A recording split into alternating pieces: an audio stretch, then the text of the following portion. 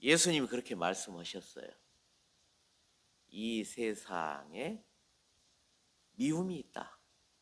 우리를 미워한다. 나를 미워했고 세상과 다르기 때문에 미워하는 것을 당연한 것으로 여겨라. 그것이 또 어떻게 보면은 복이다. 이렇게 이야기하는 것을 알 수 있습니다. 요즘은 애들을 참 적게 낳는 시대에 살고 있습니다. 지금 우리 부모 세대, 우리가 겪었던 세대만 하더라도 저도 당연히 결혼은 때가 되면 해야 되는 줄로 알았어요. 그러니까 누구한테 물어보지도 않았어요. 결혼해야 되냐? 당연한 걸로 알았어요. 당연한 걸로. 내가 결혼 때가 되면 결혼하고 또 때가 되면 애도 낳아서 세상의 한 사람으로서는 당연히 그렇게 해야 된 줄 알았는데 세상이 변화되다 보니까 너무 많이 바뀐 것 같아요. 요즘은. 그래서 옛날 생각하고 이야기를 하면은 옛날 이야기예요. 잘 받아들여지지가 않은 시대에 살고 있지 않는가 그렇습니다. 물론 그러지 않고 부모의 말을 잘 듣고 순종하는 그 모습들, 자녀들이 그렇게 하고 있다. 그럼 바로 복이에요. 자녀의 복. 그런데 자녀는 분명한 것은 하나님이 여러분들에게 맡긴 사명이라는 거예요. 사명. 하나님의 자녀를 여러분들에게 맡긴 거예요.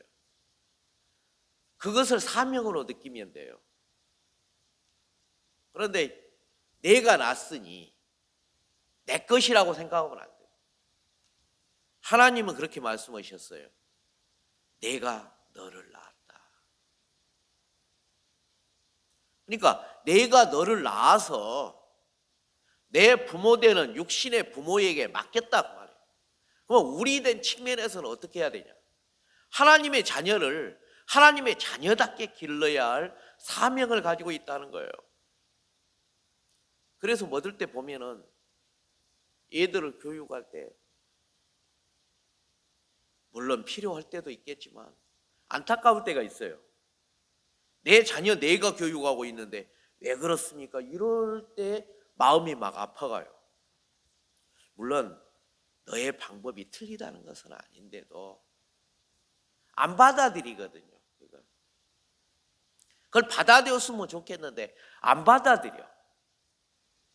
그리고 이 요즘 어린아이들은 얼마나 힘들겠어요.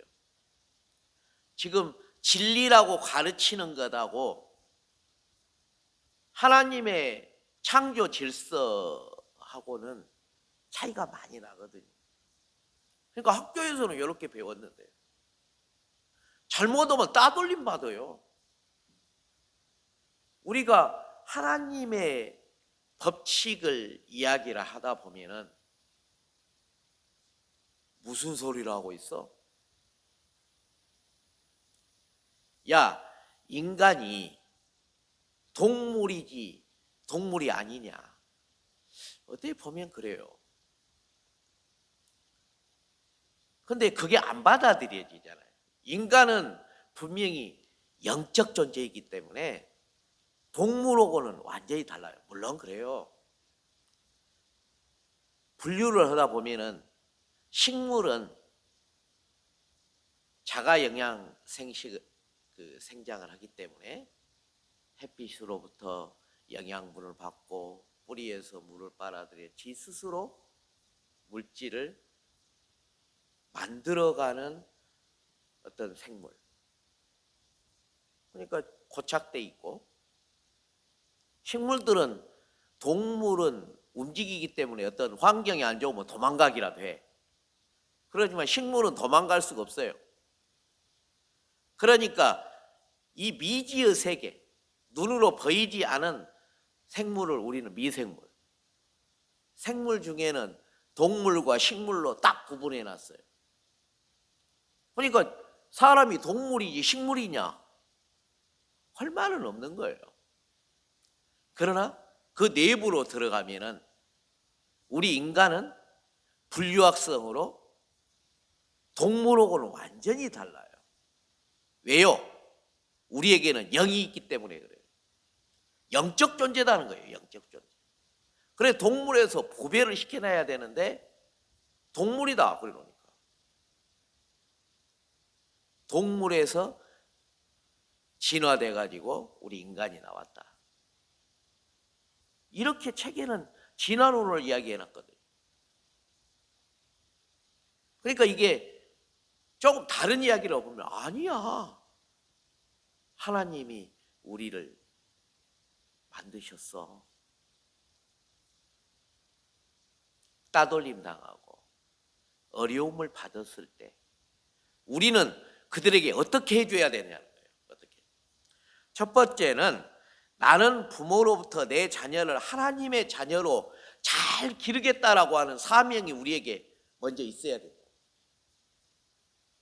두 번째는 이 세상에서 받는 믿음이 있다는 것을 우리가 깨닫고 그 마음을 이해를 해줘야 된다는 거예요. 특별히 사춘기를 잘 넘길 수 있도록 우리 부모들은 잘 애들을 이해를 해줘야 돼요. 보상을 해줘요. 보상. 근데 특별한 보상이 아니라 자기가 알고 있는 그 이야기를 세상에 나가서 이야기했을 때 따돌림 당하고 미움받고 이런 것들을 어디에서 하소연할 수가 없잖아요. 오늘 학교에서 얘들한테 내가 이 말을 했다가 어려움 많이 받았어요. 그래. 예수님도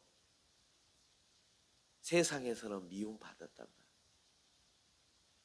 진리가 모르기 때문에, 진리를 모르기 때문에, 하나님을 모르고 진리를 모르기 때문에 예수님도 미움 받았단다. 예수를 믿는 그 어려움이 우리에게도 오고 있다는 것을 이미 이야기하셨단다. 성경에 보면 나와 있다. 예수님도 미움 받았고 예수님을 따르는 제자들 그리고 예수님을 믿겠다고 지금 하고 있는 우리 모든 성도들 다 세상으로부터 미움받고 있단다. 위로해주고 그들을 격려해줘야 할 책임이 누구에게 있느냐? 바로 가르치는 선생님과 부모들에게 있다는 거예요. 보상해줘야 된대. 보상을. 그리고 세상에서 받은 미움을 당연히 인정해줘야 해요. 그래서 우리는 미움받을 용기와 믿음을 준비시켜줘야 된다. 그들에게. 자녀들에게 준비시켜줘야 해요. 왜요? 훌륭한 나에게 맡겨진 사명이기 때문에 내 자녀들을 하나님의 자녀로 올바른 자녀로 잘 기르기 위해서 그것이 필요하다라고 하는 사실. 지금 예수님이 그러셨잖아요. 왜 그러면은 예수님도 미움을 받았고 왜 그러냐? 빛으로 오셨기 때문에 그래요. 예수님이 이 세상은 어둠이에요. 어둠. 어두움을 더 좋아한다는 거예요. 이 세상 사람들이 어두움을 좋아해. 죄로 가기를 더 좋아하고. 그런데 빛으로 오셔서 어두움이라고 하는 것은 빛이 오면은 물러갈 수밖에 없어요. 빛과 소금의 역할을 담당한다는 것은 쉬운 일이 아니에요. 이 소금물에는 0.3% 정도 되는 소금이 있다고 합니다. 그런데 이 정도의 짠맛을 지니면 변질이 안 된대요. 변질이 안 돼요. 소금물이 변질됐다는 이야기는 물론 농도가 낮으면 변질도 될 수 있지만 변질되지 않게 하려면 햇빛에다 말리면 되는 것이고 소금물에다 염장하면 되는 거예요. 이 세상에서 변하지 않게 하는 것은 그거다는 거예요. 그래서 우리에게도 빛과 소금의 역할을 담당해라고 하는 것은 교회 내에서만 빛과 소금의 역할을 담당해라는 거 아니에요. 소금끼리 역할을 해봐야 뭐가 되겠어요? 더 짜지기만 하죠. 세상에 나가서 우리가 그들과 함께 부딪힐 때 그 염분을 취하고 있으면 변질이 안 된다는 거예요. 세상이 변질이 안 돼. 얼마 전에도 그런 일이 있었잖아요. 교회가 참 어려운 것 같아. 믿지 않은 자들, 그들에게는 교회가 색다르게 보인 거예요. 좀 불편해. 안 믿는 자들에게 교회는 불편하게 느껴지는 거예요. 그래서 미워한다는 거예요. 그 미워한 것을 왜 너 나를 미워해 하지 말고 그걸 받아들이는 것도 필요해요. 얼마나 미웠는고 교회 없애자는 법안도 요즘 통과시키려고 한다는 이야기를 들었습니다. 요즘 국회의원들이 믿는 자가 3분의 1은 적어도 된다고 들었거든요. 300명이다 보면 100명은 있을 거 아니에요. 그런 법안이 상정이 됐다는 것도 불행한 사건이지만 또 그 안에 그렇게 많은 수가 있는데도 채택 여부를 아직까지 보류 중이다라고 하는 것도 참 불행하지 않느냐. 거기에서 못 막으면 어떻게 될까요? 하나님은 가만히 있겠어요? 그 다음 단계로 가면은 좀 피해는 나타나겠죠. 순교자도 나타날 수도 있겠죠. 그러나 하나님이 필요하시면 그 상태까지 가지 않겠습니까? 두려울 것은 없어요. 왜요? 하나님이 하시니까. 그러나 하나님이 다 막아줄 겁니다가 아니에요. 때가 되면 나설 거예요. 그러나 더 이상의 피해가 나타나지 않은 상태에서 미움이 스톱이 되고 올바른 방향으로 가도록 우리는 기도하고 준비하고 있는 것이 필요하지 않을까, 그런 생각이 들기도 합니다. 그래서 그리스도인의 정체성이 무엇일까? 그리스도인들은 하늘에 속한 자입니다. 현실을 초월한 자입니다. 속사람이 구별된 자입니다. 연약한 자 같지만 강한 자입니다. 세상에 속하지 않은 사람들입니다. 세상에서 선별되어 세상 안으로 침투해가는 용사들입니다. 고난과 박해를 짊어진 십자가의 공동체며 기쁨의 부활의 공동체다. 이렇게 정의하고 있습니다. 내가 누구냐는 거예요. 내가. 적어도 세상에서 선발되어 세상으로 침투에 들어가는 용사들이다. 그래서 이 세상에 썩어질 것을 썩지 않게끔 하고 부패되어지기 전에 우리가 침투에 들어가서 소금과 빛의 역할을 담당해야 되는 사명을 가지고 있다. 요점 정리합니다. 우리는 세상으로부터 미움받는 존재라고 이미 예수님은 말씀하셨어요. 나도 빛이 되어 이 세상에 나갔더니 첫 번째는 하나님을 몰라서 미워했다. 두 번째는 이 세상이 악한 측면도 있지만 어두움이었다는 거예요. 어두움이었다. 빛 대신 예수님이 오시니까 어두움에 좋아했던 사람들은 빛이 오니까 환영을 한 것이 아니라 박해를 하고 미워했다. 그러면 그리스도인들은 바로 정체성을 바로 깨달아야 돼.